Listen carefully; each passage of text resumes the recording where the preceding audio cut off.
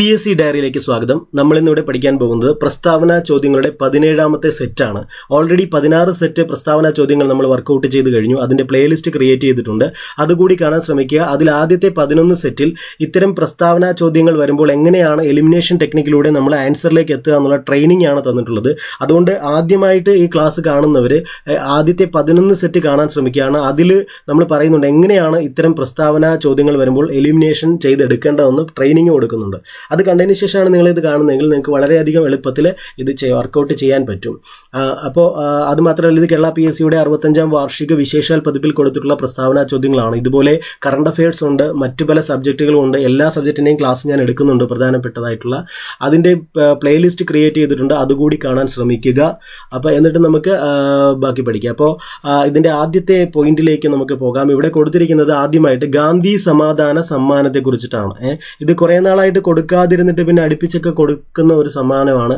ഇത് international price ആണ്, വളരെ പ്രധാനപ്പെട്ടതാണ്. ഗാന്ധി സമാധാന സമ്മാനവും അതുപോലെ നമ്മുടെ ഇന്ദിരാഗാന്ധി ഇന്റർനാഷണൽ അവാർഡും ഒക്കെ വളരെ പ്രധാനപ്പെട്ടതാണ്. അപ്പോൾ ഈ കൂടെ നമ്മൾ അവാർഡുകളൊക്കെ പഠിച്ചു പോകുന്നുണ്ട്. അപ്പോൾ ഇവിടെ നമ്മൾ നോക്കുക, ഗാന്ധി സമാധാന സമ്മാനം ഇതിൽ ഏറ്റവും ലേറ്റസ്റ്റ് ആയിട്ട് കൊടുത്തു തന്നെയാണ്, ഏറ്റവും ഇമ്പോർട്ടൻറ്റ് ഗീതാ പ്രസിനാണ്. അത് 2021 20ാമത്തെ സമ്മാനമാണ് കൊടുത്തിട്ടുള്ളത്. അപ്പോൾ എത്രാമത്തെ പുരസ്കാരമാണ്? 20ാമത്തെ പുരസ്കാരം എന്ന് ചോദിച്ചാൽ അത് ഗീതാ പ്രസിനാണ്. ഇനി 20ാമത്തെ പുരസ്കാരം 2021 ലഭിച്ചത് ആർക്കെന്ന് ചോദിച്ചാൽ ഗീതാ പ്രസിനാണ്. അത് ഇന്ത്യയിലാണ്, അല്ലേ? തൊട്ട് മുമ്പ് 2020 പുരസ്കാരം, അതായത് 19ാമത് പുരസ്കാരം ലഭിച്ചത് ഷെയ്ഖ് മുജീബുർ റഹ്മാനാണ്. അദ്ദേഹം ബംഗ്ലാദേശിന്റെ നമ്മുടെ രാഷ്ട്രപിതാവ് എന്നറിയപ്പെടും, അല്ലെ? ഷെയ്ഖ് മുജീബുർ റഹ്മാൻ എന്ന് പറയുന്നു. അടുത്ത 2019 18ാമത് പുരസ്കാരം ലഭിച്ചത് ഖബൂസ് ബിൻ സയ്യിദ് അൽ സയ്യിദിനാണ്. ഇത് ഒമാനിലെ ഭരണാധികാരിയായിരുന്നു, അല്ലെ? അപ്പോൾ 2019 പുരസ്കാരം 18ാമത് പുരസ്കാരം ലഭിച്ചത് ഖബൂസ് ബിൻ സയ്യിദ് അൽ സയ്യിദ്, ഒമാൻ ഭരണാധികാരി. ഇനി 2018 17ാമത് പുരസ്കാരം ലഭിച്ചത് യോഹെയി സസക്കാവയാണ്, ജപ്പാനിലെ യോഹെയി സസക്കാവ. അപ്പോൾ ഇവിടെ നോക്കുക, ഇപ്പോൾ 17ാമത് പുരസ്കാരം 2018 കിട്ടുന്നത്, 18ാമത് പുരസ്കാരം 19 കൊടുക്കുന്നത്, 19ാമത് പുരസ്കാരം 20 കൊടുക്കുന്നത്, 20ാമത്തെ പുരസ്കാരം 21 കൊടുക്കുന്നത്, അല്ലെ? ഒരെണ്ണത്തിന്റെ ഡിഫറൻസ് വെച്ചിട്ടാണ് ഞാൻ ജസ്റ്റ് പറഞ്ഞു എന്നേ ഉള്ളൂ. അപ്പോൾ അടുത്ത നമ്മുടെ കഴിഞ്ഞ ക്ലാസ്സിൽ നമ്മൾ കമ്പ്യൂട്ടറുമായി ബന്ധപ്പെട്ട് 11 ചോദ്യം നമ്മൾ വർക്കൗട്ട് ചെയ്തു. ഇനി 12ാമത്തെ ചോദ്യമാണ് വർക്കൗട്ട് ചെയ്യുന്നത്. അപ്പോൾ ഈ ചാനൽ ആദ്യമായിട്ട് കാണുന്നവർ ചാനൽ സബ്സ്ക്രൈബ് ചെയ്യുക, ബെല്ലൈക്കൺ എനേബിൾ ചെയ്യുക. അപ്പോൾ ഇവിടെ പറയുന്നു ശരിയായ പ്രസ്താവനകൾ ഏതെല്ലാം എന്നാണ് 12ാമത്തെ, ഇന്നത്തെ ആദ്യത്തെ ചോദ്യമാണ്. 12ാമത്തെ ചോദ്യമാണ്, ഇന്നത്തെ ആദ്യത്തെ ചോദ്യമാണ്. അപ്പോൾ ശരിയായ പ്രസ്താവന, ഞാൻ ഈ പ്രസ്താവനകൾ വായിക്കാം, നിങ്ങൾ ശരിയോ തെറ്റോ എന്ന് നിങ്ങളുടെ കയ്യിലെ പേപ്പറിൽ എഴുതി വയ്ക്കുക. എന്നിട്ട് ആൻസർ നമുക്ക് നോക്കി മാർക്കിടാം. ഒന്നാമത്തെ പ്രസ്താവന പറയുന്നു, മൊബൈൽ ഫോൺ, കമ്പ്യൂട്ടർ എന്നിവയിൽ വ്യാപകമായി ഉപയോഗിക്കുന്ന കമ്പ്യൂട്ടർ ഭാഷയാണ് ജാവ എന്ന് പറയുന്നു. അപ്പോൾ ഈ പ്രസ്താവന ശരിയാണോ തെറ്റാണോ? ഒന്നുകൂടി വായിക്കാം. മൊബൈൽ ഫോൺ, കമ്പ്യൂട്ടർ എന്നിവയിൽ വ്യാപകമായി ഉപയോഗിക്കുന്ന കമ്പ്യൂട്ടർ ഭാഷയാണ് ജാവ എന്ന് പറയുന്നു. അപ്പോൾ നിങ്ങളുടെ ആൻസർ നിങ്ങൾ മാർക്ക് ചെയ്യുക. അടുത്ത രണ്ടാമത്തെ പ്രസ്താവന പറയുകയാണ്, അൽഗോരിതത്തിനെ ചിത്രം വഴി പ്രതിനിധാനം ചെയ്യുന്ന രീതിയാണ് ഫ്ലോ ചാർട്ട് എന്ന് പറയുന്നു. അപ്പോൾ അൽഗോരിതത്തിനെ ചിത്രം വഴി പ്രതിനിധാനം ചെയ്യുന്ന രീതിയാണ് ഫ്ലോ ചാർട്ട് എന്ന് പറയുന്നു. ഇതാണ് രണ്ടാമത്തെ പ്രസ്താവന. മൂന്നാമത്തെ പ്രസ്താവന പറയുന്നു, ഒരു പ്രശ്നം പരിഹരിക്കുന്നതിനായി കമ്പ്യൂട്ടറിൽ ഉപയോഗിക്കുന്ന ലോജിക്കൽ സ്റ്റെപ്സ് ആണ് അൽഗോരിതം എന്ന് പറയുന്നു. അപ്പം മൂന്നാമത്തെ പ്രസ്താവന പറയുന്നു, ഒരു പ്രശ്നം പരിഹരിക്കുന്നതിനായി കമ്പ്യൂട്ടറിൽ ഉപയോഗിക്കുന്ന ലോജിക്കൽ സ്റ്റെപ്സ് ആണ് അൽഗോരിതം എന്ന് പറയുന്നു. ഇനി നാലാമത്തെ പ്രസ്താവന നോക്കുക, കമ്പ്യൂട്ടർ പ്രോഗ്രാമിങ്ങിന് അനുയോജ്യമെന്ന് വിശേഷിപ്പിക്കപ്പെടുന്ന ഇന്ത്യൻ ഭാഷയാണ് ഹിന്ദി എന്ന് പറയുന്നു. കമ്പ്യൂട്ടർ പ്രോഗ്രാമിങ്ങിന് അനുയോജ്യമെന്ന് വിശേഷിപ്പിക്കപ്പെടുന്ന ഇന്ത്യൻ ഭാഷയാണ് ഹിന്ദി എന്ന് അറിയപ്പെടുന്നു. ഇങ്ങനെ 4 പ്രസ്താവനകൾ ഞാൻ വായിച്ചു. ഇതിൽ ശരിയായ പ്രസ്താവനകൾ ഏതൊക്കെയെന്ന് നിങ്ങൾ കണ്ടുപിടിക്കുകയും ചെയ്തിട്ടുണ്ടെന്ന് വിചാരിക്കുന്നു. നിങ്ങൾ കണ്ടുപിടിച്ച ആൻസർ ഈ ഓപ്ഷനിലുണ്ടോ എന്ന് നോക്കുക. ഓക്കെ, അപ്പോൾ ഇതിൻ്റെ ആൻസറായിട്ട് വരുന്നത് ഓപ്ഷൻ ഡി ആണ്. ആദ്യത്തെ 3 പ്രസ്താവനകളും ശരിയാണ്. 4ാമത്തെ പ്രസ്താവന തെറ്റിപ്പോയി എന്നാണ് പറയുന്നത്. എന്തുകൊണ്ടാണ് 4ാമത്തെ പ്രസ്താവന തെറ്റിപ്പോയത് എന്ന് പറഞ്ഞാൽ, കമ്പ്യൂട്ടർ പ്രോഗ്രാമിങ്ങിന് അനുയോജ്യമെന്ന് വിശേഷിപ്പിക്കപ്പെടുന്ന ഇന്ത്യൻ ഭാഷ ഹിന്ദി അല്ല, മറിച്ച് സംസ്കൃതമാണ്. സംസ്കൃതം, ഇവിടെ സംസ്കൃതം എന്നായിരുന്നു വന്നിരുന്നതെങ്കിൽ ശരിയായേനെ. സംസ്കൃതം. ഓക്കെ, അപ്പോൾ 12ാമത്തേത് ശരിയാക്കിയിട്ടുള്ളവർക്ക് 1 മാർക്ക് കിട്ടിയാണ്. അടുത്ത 13ാമത്തെ ചോദ്യം നമുക്ക് നോക്കാം. 13ാമത്തെ ചോദ്യത്തിൽ 2 പട്ടികകൾ കൊടുത്തിട്ടുണ്ട്. പട്ടിക മാച്ച് ചെയ്യാനാണ് പറയുന്നത്. പട്ടിക ഇവിടെ കാണുന്ന 1ാമത്തെ പട്ടിക 2ാമത്തെ പട്ടികയെ മാച്ച് ചെയ്യാനാണ് പറയുന്നത്. പട്ടിക 1 പറയുന്നു, Jack Dorsey, Facebook, Kevin Systrom, Mike Krieger, Jerry Yang, David Filo. അതേപോലെ പട്ടിക 2 Instagram, Twitter, Yahoo, Mark Zuckerberg അല്ലേ. ഇത് ശരിക്കും എലിമിനേഷൻ ടെക്നിക്ക് യൂസ് ചെയ്യാം, അല്ലാതെ തന്നെ നിങ്ങൾക്ക് പെട്ടെന്ന് കണ്ടുപിടിക്കാൻ പറ്റും. അപ്പോൾ നിങ്ങൾ ഒന്നെങ്കിൽ ഈ വീഡിയോ പോസ് ചെയ്തുകൊണ്ട് നിങ്ങൾ മാച്ച് ചെയ്യുക. മാച്ച് ചെയ്തതിന് ശേഷം ഈ കൊടുത്തിരിക്കുന്ന ഓപ്ഷൻസിൽ നിങ്ങളുടെ ആൻസർ ഉണ്ടോ എന്ന് ചെക്ക് ചെയ്യുക, അത് അടയാളപ്പെടുത്തി വയ്ക്കുക. ഇപ്പോൾ ജാക്ക് ഡോർസി, ഉദാഹരണത്തിന് ജാക്ക് ഡോർസി ആയിട്ട് ബന്ധപ്പെട്ട് ഇതിലേത് വരാം എന്ന് നിങ്ങൾ ആലോചിക്കുക. ഇൻസ്റ്റഗ്രാം ഉണ്ട്, ട്വിറ്റർ ഉണ്ട്, യാഹു ഉണ്ട്, മാർക്ക് സക്കർബർഗ് ഉണ്ട്. അതുപോലെ ഫേസ്ബുക്കുമായിട്ട് ബന്ധപ്പെട്ട് ഇതിൽ ആരാണുള്ളതെന്ന് കണ്ടുപിടിക്കുക. Instagram, Twitter, Yahoo, Mark Zuckerberg. അങ്ങനെ നിങ്ങൾ കണ്ടുപിടിച്ചു എന്ന് വിചാരിക്കുന്നു ആൻസർ. ഇവിടെ ഈ 13ാമത്തെ ചോദ്യത്തിൽ ഇവിടെ ആൻസറായിട്ട് വരുന്നതെന്ന് പറയുന്നത് ഓപ്ഷൻ എ ആണ്. ഓപ്ഷൻ എ ഞാൻ പറയാം. ഒന്നാമത്തേതെന്ന് പറയുന്നത് ജാക്ക് ഡോർസി ആണ് അല്ലെ. ജാക്ക് ഡോർസി ബന്ധപ്പെട്ട് വരുന്നത് ട്വിറ്ററുമായിട്ടാണ്. ജാക്ക് ഡോർസി ട്വിറ്റർ ആണ് അല്ലെ. ട്വിറ്ററിന്റെ സ്ഥാപകനാണ് ജാക്ക് ഡോർസി എന്നറിയപ്പെടുന്നത്. ഫേസ്ബുക്ക് നമുക്കറിയാം, അത് മാർക്ക് സക്കർബർഗ് ആണ്. അതേപോലെ കെവിൻ സിസ്ട്രോം, മൈക്ക് ക്രീഗർ എന്ന് പറയുന്നത് ഇൻസ്റ്റഗ്രാമിന്റെ പിതാക്കന്മാരാണ് അല്ലെ. Instagram, Kevin Systrom, Mike Krieger, Jerry Yang, David Filo, ഇത് യാഹുവിന്റെ സൃഷ്ടാക്കളാണ് അല്ലെ. അപ്പോൾ ഇത് ആൻസർ കിട്ടിയെന്ന് വിചാരിക്കുന്നു. അടുത്ത കിട്ടിയവർക്ക് 1 മാർക്ക് കിട്ടുകയാണ്. അടുത്ത 14ാമത്തെ ക്വസ്റ്റ്യനിലേക്ക് പോവുകയാണ്. 14ാമത്തെ ക്വസ്റ്റ്യൻ എന്താണെന്ന് നോക്കാം. അതും ശരിയായ പ്രസ്താവനകൾ കണ്ടുപിടിക്കാനാണ്. 4 പ്രസ്താവനകൾ കൊടുത്തിട്ടുണ്ട്. അപ്പോൾ 4 പ്രസ്താവനകൾ ഞാൻ വായിക്കാം. അതിൽ ഒന്നാമത്തെ പ്രസ്താവന, മൈക്രോ പ്രോസസ്സർ പ്രവർത്തിക്കുമ്പോൾ ഉണ്ടാകുന്ന ചൂട് ആഗിരണം ചെയ്യുന്ന ഉപകരണമാണ് ഹീറ്റ് സിങ്ക്. ഒന്നാമത്തെ പ്രസ്താവന പറയുന്നു, മൈക്രോ പ്രോസസ്സർ പ്രവർത്തിക്കുമ്പോൾ ഉണ്ടാകുന്ന ചൂട് ആഗിരണം ചെയ്യുന്ന ഉപകരണമാണ് ഹീറ്റ് സിങ്ക്.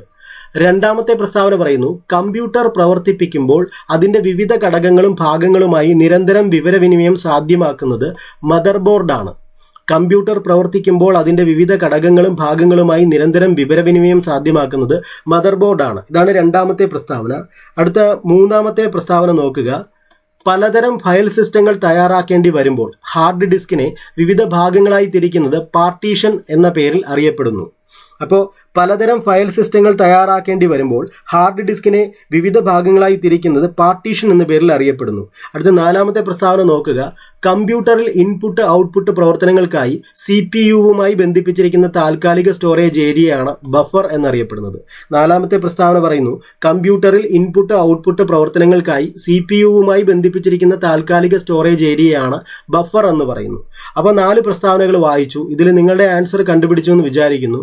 എന്നിട്ട് നിങ്ങൾ ഈ ഓപ്ഷനിൽ നിന്ന് ആൻസർ കണ്ടുപിടിച്ചാണ്. അപ്പോൾ ഇവിടെ ശരിയായിട്ടുള്ള ആൻസർ എന്ന് പറയുന്നത് ഈ 4 പ്രസ്താവനകളും ശരിയെന്നുള്ള ഓപ്ഷൻ എ ആണ്. അപ്പോൾ 14ാമത്തെ ചോദ്യത്തിന് ശരിയുത്തരം കിട്ടിയവർക്ക് 1 മാർക്ക് കൂടി കിട്ടുകയാണ്. അടുത്ത 15ാമത്തെ ചോദ്യം നമുക്ക് നോക്കാം.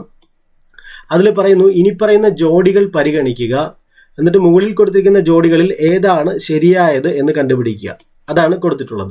അപ്പോൾ ശരിയായിട്ടുള്ള ജോഡികൾ കണ്ടുപിടിക്കുക. അതാണ് ഇവിടെ നോക്കുക. SSDയുടെ പൂർണ്ണരൂപം ഞാൻ പറഞ്ഞു, ഇംഗ്ലീഷ് ലെറ്റർ മലയാളത്തിലേക്ക് കൊടുത്തിട്ടുണ്ടെങ്കിൽ അത് നമ്മൾ അപ്പം തന്നെ ഇംഗ്ലീഷിലേക്ക് ടൈം ഉണ്ടെങ്കിൽ എഴുതി മാറ്റുക, കാരണം നമുക്ക് എളുപ്പമായിരിക്കും. SSD അല്ലെ. SSDയുടെ പൂർണ്ണരൂപം സോളിഡ് സ്റ്റേറ്റ് ഡ്രൈവ് എന്ന് കൊടുത്തിട്ടുണ്ട്. ഒരു ജോഡിയാണ് SSDയുടെ പൂർണ്ണരൂപം സോളിഡ് സ്റ്റേറ്റ് ഡ്രൈവ്. അടുത്തപോലെ GSM അല്ലെ. GSM എന്നതിന്റെ പൂർണ്ണരൂപം general system for mobile communication എന്ന് കൊടുത്തിരിക്കുന്നു അല്ലെ. GSM അല്ലെ. GSMന്റെ പൂർണ്ണരൂപം general system for mobile communication എന്ന് കൊടുക്കുന്നു. അടുത്തത് വൈഫൈ എന്നതിന്റെ പൂർണ്ണരൂപം വയർലെസ് ഫിഡലിറ്റി എന്ന് കൊടുത്തിരിക്കുന്നു. WAN എന്നതിന്റെ പൂർണ്ണരൂപം വൈഡ് ഏരിയ നെറ്റ്വർക്ക് എന്ന് കൊടുത്തിട്ടുണ്ട്. ഇങ്ങനെ 4 ജോഡികൾ ഇവിടെ കൊടുത്തിട്ടുണ്ട്. ഇതിൽ ഏതാണ് ശരിയായിട്ടുള്ള ജോഡികൾ എന്നാണ് ചോദിച്ചിട്ടുള്ളത്. ഇവിടെ ശരിയായിട്ടുള്ള ജോഡികൾ എന്ന് പറയുന്നത് നിങ്ങളുടെ ആൻസർ കണ്ടുപിടിച്ചു എന്ന് വിചാരിക്കുന്നു. ഇവിടെ ശരി എന്ന് പറയുന്നത് 1, 3, 4 ആണ്.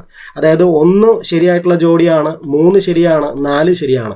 എന്തുകൊണ്ടാണ് 2 തെറ്റിപ്പോയത്? GSM അല്ലെ. GSM എന്ന് നമ്മൾ കേട്ടിട്ടുണ്ട്. എന്താണ് GSM?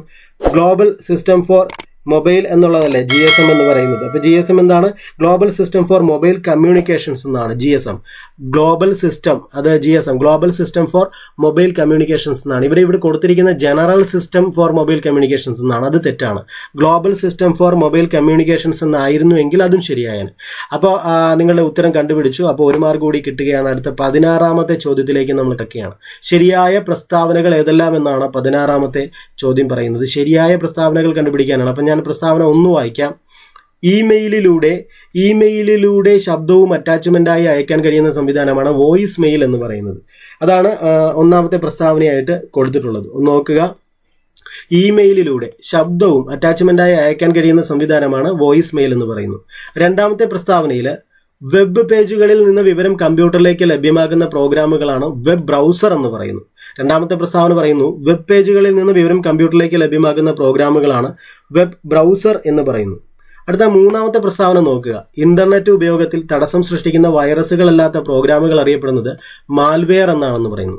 ഇന്റർനെറ്റ് ഉപയോഗത്തിൽ തടസ്സം സൃഷ്ടിക്കുന്ന വൈറസുകളല്ലാത്ത പ്രോഗ്രാമുകൾ അറിയപ്പെടുന്നത് മാൽവെയർ എന്ന് പറയുന്നു. അപ്പോൾ നമ്മൾ ഈ ഡിസ്കസ് ചെയ്തുകൊണ്ടിരിക്കുന്നത് ഈ കേരള PSCയുടെ 65ാം വാർഷിക വിശേഷാൽ പതിപ്പിലെ വിവരങ്ങളാണ്. ഇതിൽ പറയുന്ന വിവരങ്ങൾ ഒരുപക്ഷെ നമ്മുടെ റാങ്ക് ഫയലിൽ തെറ്റായിട്ടും വരാം.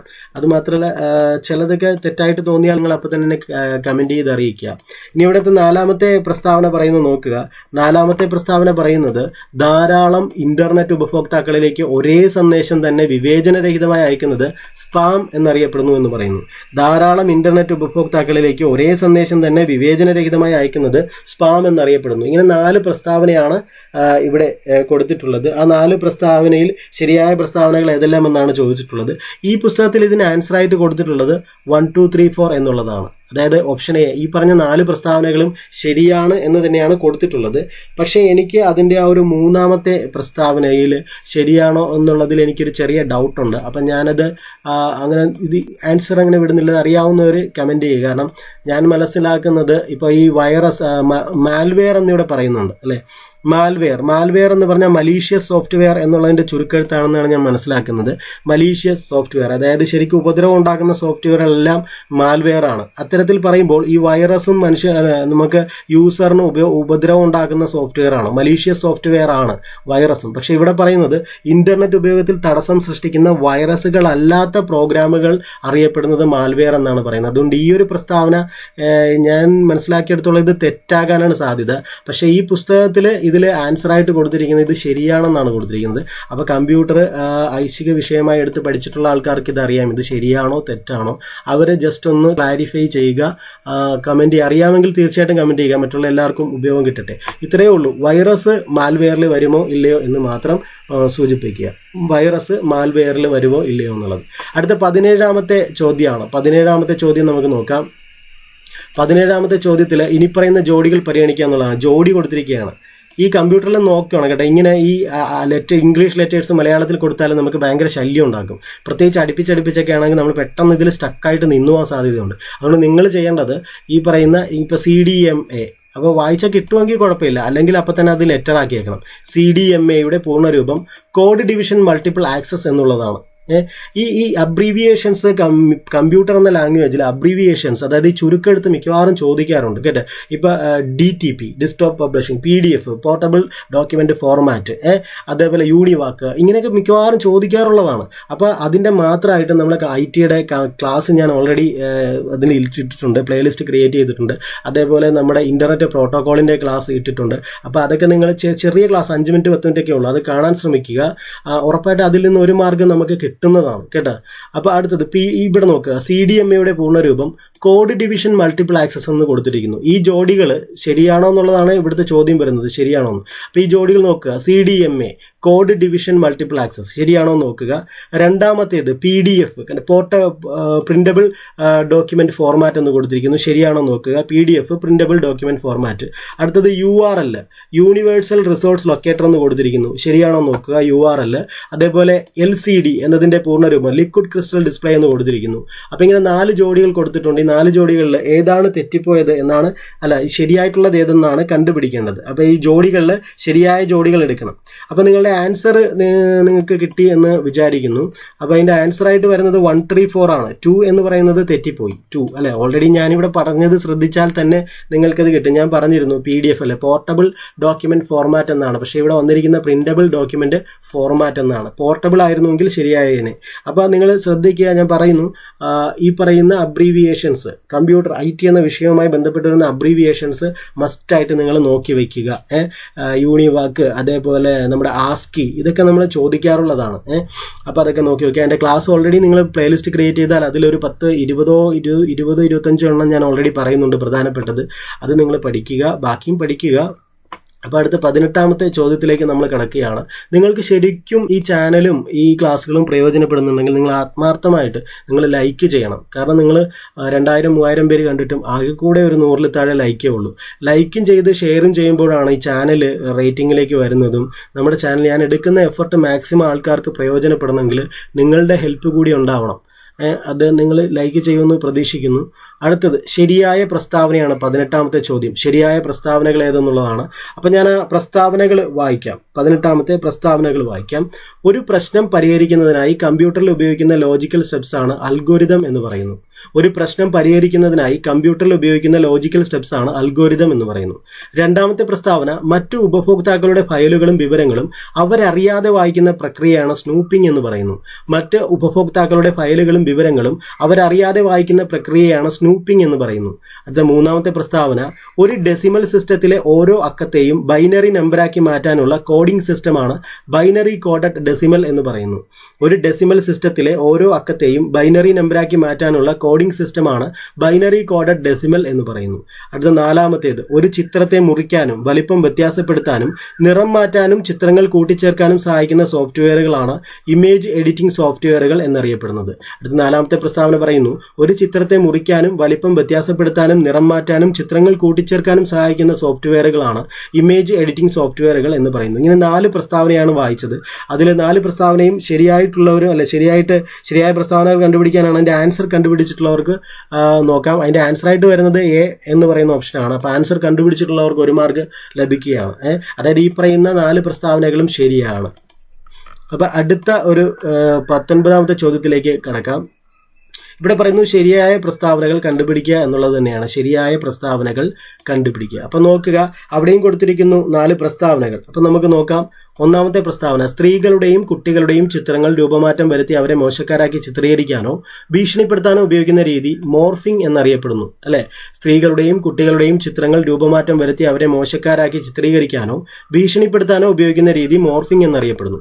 രണ്ടാമത്തെ പ്രസ്താവന കമ്പ്യൂട്ടർ, ഇന്റർനെറ്റ് തുടങ്ങിയവ ഉപയോഗിച്ചുകൊണ്ടുള്ള അപകീർത്തിപ്പെടുത്തൽ സൈബർ ഡീഫമേഷൻ എന്നറിയപ്പെടുന്നു. കമ്പ്യൂട്ടർ, ഇന്റർനെറ്റ് തുടങ്ങിയവ ഉപയോഗിച്ചുകൊണ്ടുള്ള അപകീർത്തിപ്പെടുത്തൽ സൈബർ ഡീഫമേഷൻ എന്നറിയപ്പെടുന്നു. മൂന്നാമത്തെ പ്രസ്താവന ലോകത്ത് ആദ്യ സൈബർ ക്രൈം രജിസ്റ്റർ ചെയ്തിട്ടുള്ളത് ജോസഫ് മേരി ജക്വാഡിന്റെ പേരിലാണ്. ലോകത്ത് ആദ്യ സൈബർ ക്രൈം രജിസ്റ്റർ ചെയ്തിട്ടുള്ളത് ജോസഫ് മേരി ജക്വാഡിന്റെ പേരിലാണ്. മൂന്നാമത്തെ പ്രസ്താവന. അടുത്ത 4ാമത്തെ പ്രസ്താവന പറയുന്നു ഇന്ത്യയിൽ ആദ്യ സൈബർ കുറ്റകൃത്യം രജിസ്റ്റർ ചെയ്യപ്പെട്ടത് ആരിഫ് അസീമിന്റെ പേരിലാണെന്ന് പറയുന്നു. അപ്പം ഇങ്ങനെ 4 പ്രസ്താവനകൾ വായിച്ചു. ഇതിൽ ശരിയായ പ്രസ്താവന നിങ്ങൾ കണ്ടുപിടിച്ചു എന്ന് വിചാരിക്കുന്നു. ഇവിടെ ആൻസറായിട്ട് വരുന്നത് എല്ലാം ശരിയാണ് എന്നുള്ളതാണ്. എല്ലാം ശരിയാണ്. അപ്പോൾ അടുത്ത ഒരു ചോദ്യത്തിലേക്ക് കിടക്കാം. അപ്പോൾ 19ാമത്തേത് ശരിയാക്കിയിട്ടുള്ളവർക്ക് 1 മാർക്ക് കൂടി കിട്ടുകയാണ്. അടുത്ത 20ാമത്തെ ലാസ്റ്റ് ചോദ്യത്തിലേക്ക് കിടക്കുകയാണ്. ഇനി പറയുന്ന പ്രസ്താവനകൾ പരിഗണിക്കുക. അപ്പോൾ പരിഗണിച്ചതിന് ശേഷം ഏതാണ് ശരിയെന്ന് കണ്ടുപിടിക്കാനാണ്. അപ്പോൾ നോക്കുക, ഒന്നാമത്തെ പ്രസ്താവന ഓപ്പറേറ്റിംഗ് സിസ്റ്റങ്ങളും ഭാഷാ പ്രോസസ്സറുകളും സിസ്റ്റം സോഫ്റ്റ്വെയറിൻ്റെ ഘടകങ്ങളാണ് എന്നാണ് ഒന്നാമത്തെ പ്രസ്താവന പറയുന്നത്. ഓപ്പറേറ്റിംഗ് സിസ്റ്റങ്ങളും ഭാഷാ പ്രോസസ്സറുകളും സിസ്റ്റം സോഫ്റ്റ്വെയറിൻ്റെ ഘടകങ്ങളാണ്. രണ്ടാമത്തെ പ്രസ്താവന പറയുന്നു കമ്പ്യൂട്ടർ ഹാർഡ് ഡിസ്കിലെ ഫയലുകൾ പുനഃക്രമീകരിക്കുന്ന ഒരു പ്രോഗ്രാമാണ് ഡിസ്ക് ഡീഫ്രാഗ്മെൻറ്റർ എന്ന് പറയുന്നു. അപ്പോൾ കമ്പ്യൂട്ടർ ഹാർഡ് ഡിസ്കിലെ ഫയലുകൾ പുനഃക്രമീകരിക്കുന്ന ഒരു പ്രോഗ്രാമാണ് ഡിസ്ക് ഡീഫ്രാഗ്മെൻറ്ററർ എന്നറിയപ്പെടുന്നു. അത് ശരിയാണോ തെറ്റാണോ രേഖപ്പെടുത്തുക. ഒരു ഉയർന്ന ഭാഷാ പ്രോഗ്രാമിനെ മെഷീൻ ഭാഷയിലേക്ക് വരികളായി പരിവർത്തനം ചെയ്യുന്ന ഒരുതരം ഭാഷാ പ്രോസസ്സറാണ് കമ്പൈലർ എന്ന് പറയുന്നു. ഒരു ഉയർന്ന ഭാഷാ പ്രോഗ്രാമിനെ മെഷീൻ ഭാഷയിലേക്ക് വരികളായി പരിവർത്തനം ചെയ്യുന്ന ഒരുതരം ഭാഷാ പ്രോസസ്സറാണ് കമ്പൈലർ എന്ന് പറയുന്നു. അങ്ങനെ 3 പ്രസ്താവനകൾ കൊടുത്തിട്ടുണ്ട്. അപ്പം മുകളിൽ കൊടുത്തിട്ടുള്ളതിൽ ഏത് പ്രസ്താവനകളാണ് ശരി എന്നുള്ളതാണ് കണ്ടുപിടിക്കേണ്ടത്. അപ്പം നിങ്ങൾ ഈ 3 പ്രസ്താവനകളിൽ ശരി കണ്ടുപിടിച്ചു എന്ന് വിചാരിക്കുന്നു. ഇവിടെ ശരി ഉത്തരമായിട്ട് വരുന്നത് ഓപ്ഷൻ എ ആണ്. 1 and 2 ആണ്. 1ഉം 2ഉം ശരിയാണ്. മൂന്നാമത്തെ എന്തുകൊണ്ടാണ് തെറ്റിപ്പോയത്? ഒരു ഉയർന്ന ഭാഷാ പ്രോഗ്രാമിനെ, അതായത് ഹൈ ലെവൽ ലാംഗ്വേജിനെ മെഷീൻ ലാംഗ്വേജിലേക്ക് ഇവിടെ വരികളായി എന്ന് കൊടുത്തിരിക്കുന്നത്, വരികളായി ലൈൻ ബൈ ലൈനായിട്ട് ഇൻ്റർപ്രറ്റ് ചെയ്യുക, പരിവർത്തനം ചെയ്യുന്നതാണ് കമ്പൈലർ അല്ല, അത് ഇൻ്റർപ്രറ്ററാണ്. അപ്പോൾ വരികളായിട്ടാണ്, അതായത് ഒരു ഹൈ ലെവൽ ലാംഗ്വേജിനെ മെഷീൻ ലാംഗ്വേജിലേക്ക് ലൈൻ ബൈ ലൈനായിട്ട് എക്സിക്യൂട്ട് ചെയ്യുന്നത് ഇൻ്റർപ്രറ്ററാണ്. അതേസമയം ഒരു ഹൈ ലെവൽ ലാംഗ്വേജിനെ മെഷീൻ ലാംഗ്വേജിലേക്ക് ഫുള്ളായിട്ട് മുഴുവനായിട്ട് ട്രാൻസ്ലേറ്റ് ചെയ്യുകയാണെങ്കിൽ അത് കമ്പൈലറാണ്. അപ്പോൾ കമ്പൈലർ ഇവിടെ വരേണ്ടത് ഇൻ്റർപ്രറ്റർ ആയിരുന്നു. കമ്പൈലർ വന്നതുകൊണ്ടാണ് തെറ്റിപ്പോയത്. അപ്പം നിങ്ങൾക്ക് മനസ്സിലായോ എന്ന് വിചാരിക്കുന്നു. അതായത് ഒരു ഹൈ ലെവൽ ലാംഗ്വേജിനെ ലോ ലെവൽ ലാംഗ്വേജിലേക്ക് 2 രീതിയിൽ നമുക്ക് മാറ്റിക്കൊടുക്കാം, ട്രാൻസ്ലേറ്റ് ചെയ്യാം. ഒന്ന്, അതിനെ ലൈൻ ബൈ ലൈനായിട്ട്, അതായത് ഒരു ലൈൻ എഴുതിയിട്ട് അടുത്ത ലൈൻ എഴുതുമ്പോൾ ആ ലൈൻ ബൈ ലൈനായിട്ട് ട്രാൻസ്ലേറ്റ് ചെയ്യാം. അത് അങ്ങനെയാണെങ്കിൽ അത് അതിനുപയോഗിക്കുന്നത് ഇൻ്റർപ്രറ്റർ എന്ന് പറയുന്ന സോഫ്റ്റ്വെയർ ആണ്. ഇനി രണ്ടാമത് വെച്ചാൽ നമ്മളൊരു പ്രോഗ്രാം കംപ്ലീറ്റ് എഴുതിയതിന് ശേഷം അത് കംപ്ലീറ്റ് ആയിട്ട് എഴുതി കഴിഞ്ഞതിന് ശേഷം കംപ്ലീറ്റ് ആയിട്ട് ഹൈ ലെവൽ ലാംഗ്വേജിൽ നിന്നും ലോ ലെവൽ ലാംഗ്വേജിലേക്ക് മാറ്റാം. അതിനുപയോഗിക്കുന്ന സോഫ്റ്റ്വെയർ കമ്പൈലർ എന്ന് പറയുന്ന ഒരു സോഫ്റ്റ്വെയർ ആണ്. അപ്പോൾ അതാണ് ഇതിനകത്ത് ഉദ്ദേശിച്ചിരിക്കുന്നത്. ലൈൻ ബൈ ലൈൻ ആണെങ്കിൽ അത് ഇൻ്റർപ്രിറ്ററും, അതായത് മുഴുവനായിട്ടാണ് അത് ട്രാൻസ്ലേറ്റ് ചെയ്യാൻ ഉപയോഗിക്കുന്നതെങ്കിൽ അത് കമ്പൈലറുമാണ്. അപ്പോൾ നിങ്ങൾക്ക് മനസ്സിലായെന്ന് വിചാരിക്കുന്നു. അപ്പോൾ ഇത്രയുമേ ഉള്ളൂ. അപ്പോൾ നിങ്ങൾ ചാനൽ സപ്പോർട്ട് ചെയ്യുക. താങ്ക്